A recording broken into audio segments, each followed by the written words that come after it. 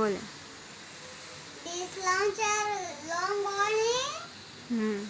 અને આ ત્રિકોણ આકારનો છે. ને બંગડી ગોળ ગોળ છે. ઈસે બસ. ને આ ડીશ ગોળ છે. ને આ રૂપિયો નાનો ગોળ છે. આ છે કોથળી ચરે. કેવી છે કોથળી? ચોરસ. બોક્સ બોક્સ લંબચોરસ.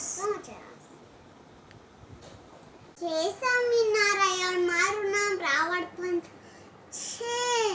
આજે હું આકારનો પરિચય કરાવીશ. આકારનો પરિચય કરાવીશ. ડીશનો આકાર કેવો છે? આ લંબચોરસ આકાર.